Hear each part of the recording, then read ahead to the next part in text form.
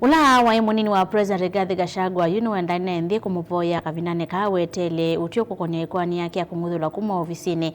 Gachagua Aineenea Kanisani wa PCEA Muteero Kuya Karen aweta Kana ena uikiiku Koti Nikumya Utw'Io la Wailite na kethiwa nithumile Utw'Io ute umwendeesya nukulasmika kuthacha Ikoani Koti wa vilu ingine wenda ati make kwithiwa na umisyo na gutumanya mauo Meteele Utw'Io wa Koti na ingi kuyumbaniswa sakwanya munene vatenduthi kana ithoko. Boni Muteisani mwandiki witu.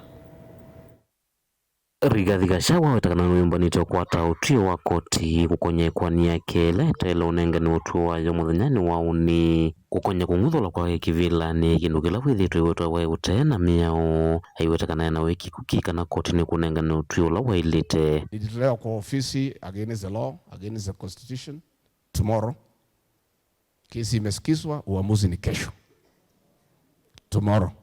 So simtaniombea? Mtuombe. And we are ready for whatever outcome.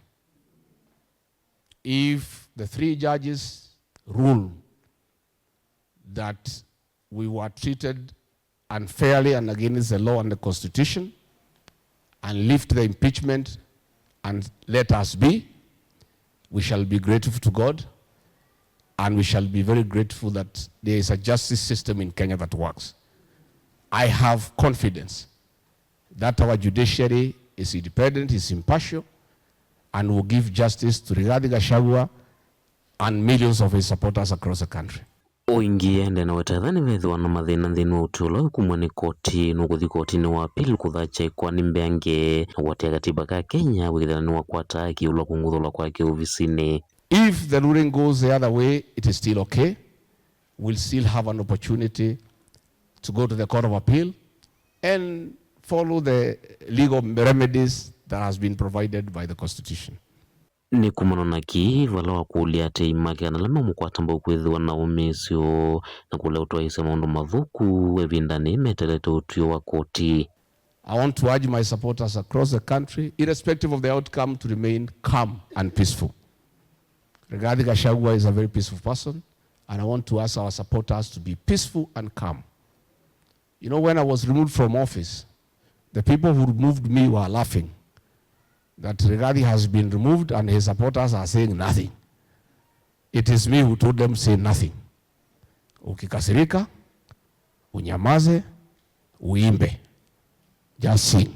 Ayenda Enenthi makenya kuendea na kuimia mugo na malilika ingi winda yukite meumile ukuna kura uveta mathina la methitwe maivingisa nthino ya Kenya vatekwete nduthi kana ithoko. Next year, they'll have an opportunity on the 10th of August to express their anger at the ballot box.